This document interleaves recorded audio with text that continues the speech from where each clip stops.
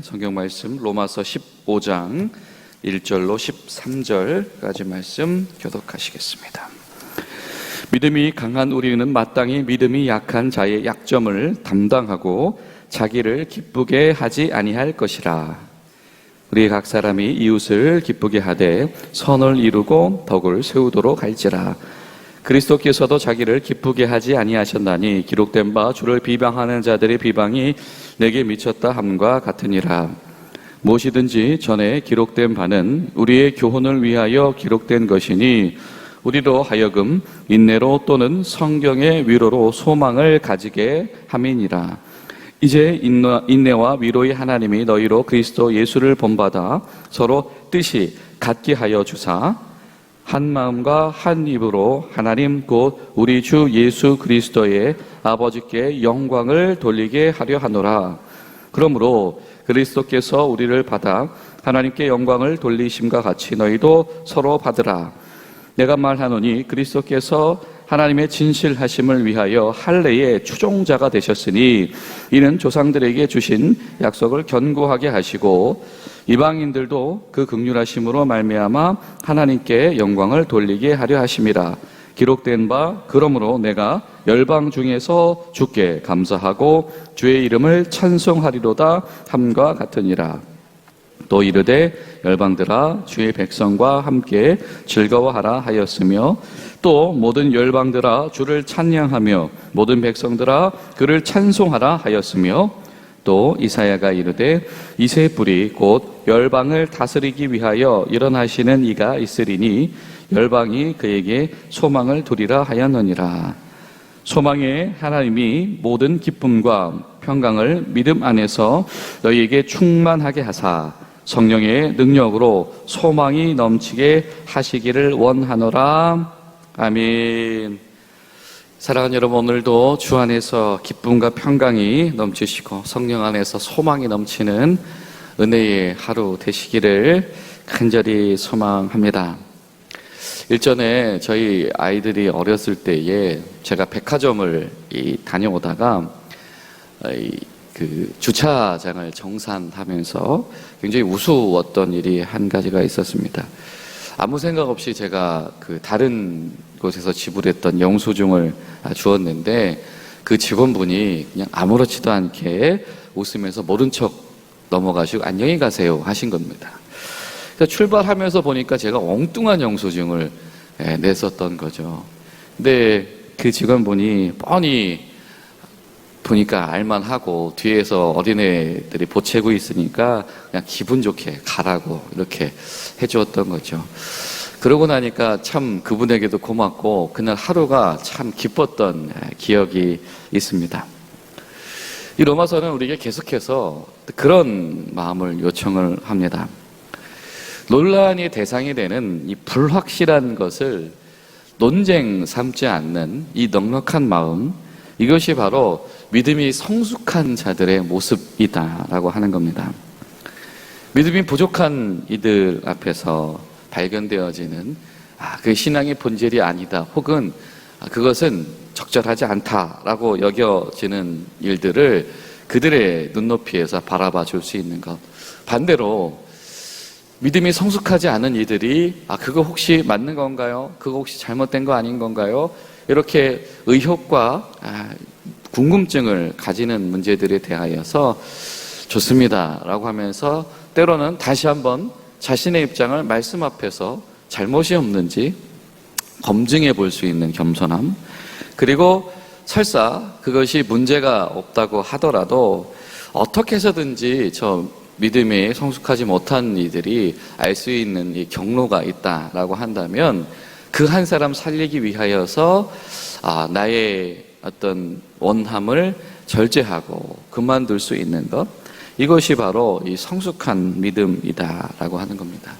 그런데 이 성숙한 믿음이 바로 교회가 하나 되게 하는 바로 그런 통로이다라고 하는 것입니다. 왜냐하면 교회가 하나 되기 위해서는 정말 그 모여진 이들의 뜻이 하나가 되어야 되는데, 그렇죠? 모여진 이들의 뜻이 나뉘어져서는 이것이 결코 하나가 될 수가 없습니다. 그런데 그 뜻이 하나가 되어진다라고 하는 것은 무엇이냐면, 오늘 로마서 15장 말씀이 도전하시는 것처럼 예수님에 대한 묵상, 예수님이 그러하셨던 것처럼, 예수님이 묵상하셨던 것처럼, 예수님께서 나를 용납하셨던 것처럼 용납하게 되어지는, 이것이 바로 십자가의 복음 위에 정확히 서 있는 사랑이다라고 하는 것이죠. 그렇기 때문에 이러한 이 주의 십자가 사랑 위에 서 있는 이들은 어떤 자신이 알고 있는, 이 자신이 지향하고 있는 이 진리를 주장하기 위한 다툼들, 이런 것들을 절제하고 자제할 수 있게 되어진다라고 하는 겁니다. 때로는 우리가 영적으로 때로는 싸움이 일어날 수도 있으며, 때로는 우리 가운데에 여러 가지 신앙적인 도전들이 있을 수는 있지만, 정말 중요한 것 한 가지는 예수 안에서 형제요 자매고 한 몸 된 지체들이 갈라져서는 안 된다라고 하는 것입니다. 바로 그것을 우리에게 요청을 하죠. 그렇기 때문에 만약에 건강하고 성숙한 그리스도인이라고 한다면 반드시 이러한 우선순위가 있어야 된다. 1절에서 뭐라고 말합니까? 약한 자에게 인내해라. 그리고 약한 자에게 가장 유익한 것을 해라. 믿음이 성숙한 이들이 할 것이 무엇이냐면, 이제 내 믿음이 이만큼 성장했으니까 내가 더 성장해야지. 예, 물론 중요하죠. 내 갈증을 더 해소해야지. 그거 더 중요한 일입니다. 그러나 그만큼, 아니 그 이상 중요한 것이 무엇입니까? 바로 약한 자를 위한 유익한 일들을 내 안에서 벌이는 것입니다. 어떻게 믿음의 초보, 어떻게 믿음 가운데 흔들리는 이들을 내가 같이 함께 할 것인가, 어떻게 그를 위한 일을 할 것인가 라고 하는 겁니다. 그리고 하지 말 것을 뭐라고 얘기해요? 자기를 기쁘게 하는 일을 하지 말아라. 여러분, 신앙생활이 자아성취 영역에 머물러 있다라고 한다면, 자기 위로 영역에 머물러 있다라고 한다면, 여러분, 이것은 결코 신앙의 성숙이 될 수가 없습니다. 그가 아무리 목회자가 되었든 수십 년 목회를 했든, 그가 자신의 성취, 자신의 지적인 만족, 자신의 어떤 학문적인 성취를 위한 목양과 설교만을 하고 있다라고 한다면 그 목회자는 결코 성숙한 목회자가 될 수가 없지요. 마찬가지입니다. 성도들도 제자훈련이 되었건 뭐가 되었건 나만의 성장을 위한 일에만 몰두해 있다라고 한다면, 그것이 내가 나의 영적인 갈증을 해소해야 돼, 이것이 최우선순위가 되어져 있다라고 한다면, 이거는 자신을 기쁘게 하는 신앙에 지금 매몰되어 있는 것이다 라고 하는 것이죠. 사랑하는 여러분, 우리 가운데에 바로 이러한 우선순위의 분별과 하나님 앞에서의 정직함들이 회복되는 그런 하루 되시기를 간절히 소망합니다. 그리고 2절을 보니까 이 관계를 어디까지 확장합니까? 그렇습니다. 이웃입니다. 이웃. 성도와 교회가 내가 믿음이 연약한 자를 인내하는 것, 그리고 믿음이 연약한 자를 위하여서 해야 할 일을 찾는 것, 이것이 범위가 어디까지 있냐? 이웃까지이다. 아직 채 그리스도인이 되지 못한 이들을 위해서도 내가 그 마음을 품을 수 있는 것, 그들을 위한 예배와 그들을 위한 신앙생활을 나의 마음의 영역에 두는 것, 이것조차도 성경은 우리에게 도전하고 있다라고 하는 것. 여러분, 오늘 저 여러분 가운데 이 믿음의 지경이 더욱더 넓어지고 확장되는 은혜와 마음의 소원이 있게 되시기를 간절히 소망합니다. 때로는 성도들에게 당연한 것이 이 비신자들에게는 당연하지 않은 경우가 있을 수도 있습니다. 우리가 당연하게 사용하는 어떤 어휘들이나 어떤 생각들이나 말하는 방식들을 전혀 이해하지 못할 수도 있지요. 제가 예전에 방문했던 한 교회 중에 하나는 이 관광객들을 향해서 선교하는 교회였습니다. 그런데 그 도시는 저녁 시간이 되어지면 주변에 뭐가 많냐면 막 클럽도 많고 뭐 술집도 많고 그런 분위기였어요. 근데 저녁 예배에 참석했더니 정말 많은 젊은이들이 찾아와서 예배도 드리고 뭐 이렇게 하는 겁니다. 그런데 갑자기 목사님이 찬양이 끝나고 예배를 중단하더니 예배당에 불을 환하게 밝히는 겁니다. 그리고 나서 이 교회 스태프들이 쟁반을 들고 나오는데 거기에 뭐가 있냐면 물컵이 있고 피칸파이가 있어요. 그러니까 관광객들이 어리둥절한 거죠. 이 모습은 뭐죠? 이 밖에 있는 클럽이나 술집의 모습과 비슷한데 차이점이 있다라고 한다면 불이 환하게 켜져 있고, 차이점이 있다라고 한다면 찬양이 은은하게 흘러지고 있고, 차이점이 있다라고 한다면 서로를 유혹하려고 이렇게 관계를 맺는 것이 아니고 서로를 격려하고 어디서 오셨어요? 언제 예수님 만나셨어요? 이렇게 서로를 격려하고 때는 전도하고 서로를 위로하려고 제가 뭐 기도해 드릴 거 없을까요? 이런 이야기를 한다라고 하는 것이죠. 제가 그런 선교하는 목사님과 그 교회 공동체를 보면서 참 도전을 많이 받았습니다. 뭐 순간적으로 제 마음 가운데 좀 불편함이 있었어요. 교회에서 이거 너무 세상 따라 하는 거 아닌가라고 하는 것인데, 근데 잘 살펴보니까 그 예배에 찾아온 이들인 대부분 젊은 이들이었고 관광객들이었는데, 그들은 바로 이 자신의 어떤 이 영적인 갈증을 찾아서 헤매 있는 어떤 영적인 잃어버린 양들이었다라고 하는 것이죠. 그리고 그 교회 문 밖을 나와서 보니까 그 도시에 그런 사람들이 너무 많은 것입니다. 그러니까 교인들끼리 모여서 교인들의 마음에 편안하고 안전한 예배만으로는 그 길거리에 있는 그 수많은 젊은이들은 절대로 전도하기 어려운 상황이었죠. 그런데 그 교회가 그런 역할들을 감당하고 있더라. 근데 여러분, 그 교회 예배가 뭐 부족하다든지 은혜가 없다든지 목사님의 설교가 뭐 문제가 있다든지 전혀 그렇지 않습니다.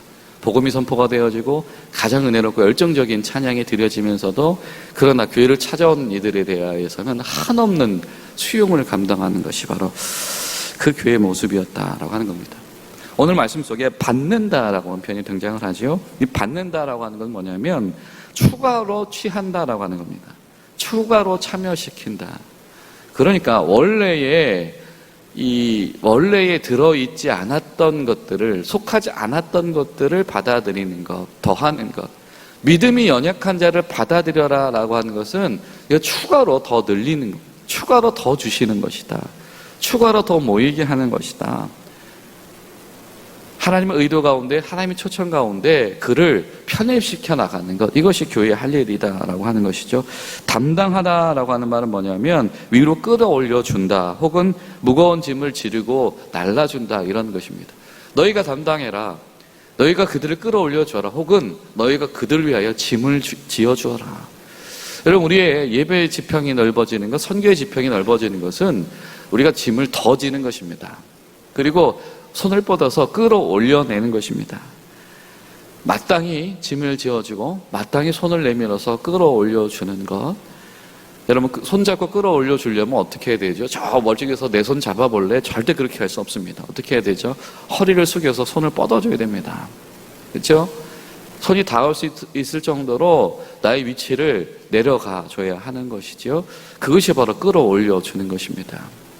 예수 그리스도께서 성육신하셔서 우리 삶 가운데 인간의 모습 그대로 내려오셨죠. 그 이유는 무엇입니까? 우리 손잡고 끌어올려 주시는 것이지요. 우리 가운데 그런 예수님을 본받는 그런 본이 있게 되기를 간절히 소망합니다. 뭐라고 말씀합니까? 예수님도 뭐의 수종자가 되었다? 할례의 수종자가 되었다. 예수님이 할례 받으실 이유가 무엇입니까? 이거 하나님의 백성이라고 하는 징표인데, 하나님 아들이고 하나님 자체이신 그분께서 그 할례에 대한 그 무슨 의미가 있겠습니까? 근데 사도 바울이 그렇게 말하죠. 예수님께서 할례에 대한 수종자가 되어 주셨다. 그래서 이 할례 받았던 이들, 그들이 간직해 왔던 하나님과의 신뢰, 하나님의 약속, 그것을 소중하게 지켜 주셨다라고 하는 겁니다. 하지만 그와 동시에 무할례자된 이들을 이방인 이들에게 결코 이 할례의 문제가 그냥 단순히 율법의 문제가 아니고 저들에게는 저기 하나님과의 관계의 문제다라고 하는 것을 예수님을 통해서 알 수 있게 되어지는 것이죠. 그러니까 언제까지 율법적인 할례 문제 얽매일 거냐, 이런 시각을 가지고 교회 가운데서 분쟁이 생기고 마음이 나뉘어지는 문제들을 사실 예수님만 묵상을 하게 되어지면은 자연히 녹게 되어져 있다. 여러분, 우리 가운데 있는 이게 과거에 얽매여 있으세요? 왜 그런 세상 일 얽매여 있으세요? 라고 하는 그런 질문들 우리에게 찾아왔을 때 예수님이 그것을 귀하게 기억해 주신다. 예수님이 할례의 수종자가 되셨다. 이 믿음이 우리 가운데 주가 주신 은혜의 능력으로 사용되어 주시기를 간절히 소망합니다. 그래서 결국은 무엇입니까? 모든 열방들이 주를 예배하게 되어지는 것. 왜? 교회의 존재의 목적은 세상이 구원을 얻는 것입니다. 교회 존재의 목적은 하나님이 세상을 이처럼 사랑하사 예수님을 주셨지, 하나님이 교회에 모여있는 몇몇 사람을 사랑해서 예수 그리스도를 주신 것이 아니다라고 하는 것이지요. 교회는 하나님이 세상을, 아직 주님을 알지 못했던 이들, 아직 믿음의 수준이 이르지도 못했던 그 모든 이들을 향하여서 부어주시는 하나님의 사랑의 통로가 되어야 되기 때문이다라고 하는 것. 여러분, 우리 가운데에 우리의 이웃들, 우리 열방들을 향한 우리 마음의 소원과 우리 갈급함과 구령의 열정들이 식어지지 않는 그런 하루 되시기를 예수님의 이름으로 축복합니다. 기도하시겠습니다. 좋으신 하나님, 오늘도 주 안에서 한 주를 시작하게 하시고 우리 가운데 믿음의 말씀을 도전하여 주시니 감사드립니다. 주님, 우리에게 은혜를 더하시고 성령님 도와주셔서 우리가 더 예수님을 묵상하며 우리가 서로를 받아내는 사람들, 서로를 담당해내는 성숙한 교회 되게 하시고, 그리하여서 교회가 이웃을, 또 교회가 열방을 주님 앞에서 살려내고 초대하는 귀한 통로가 될 수 있도록 역사하여 주시옵소서. 예수님의 이름으로 기도하옵나이다. 아멘.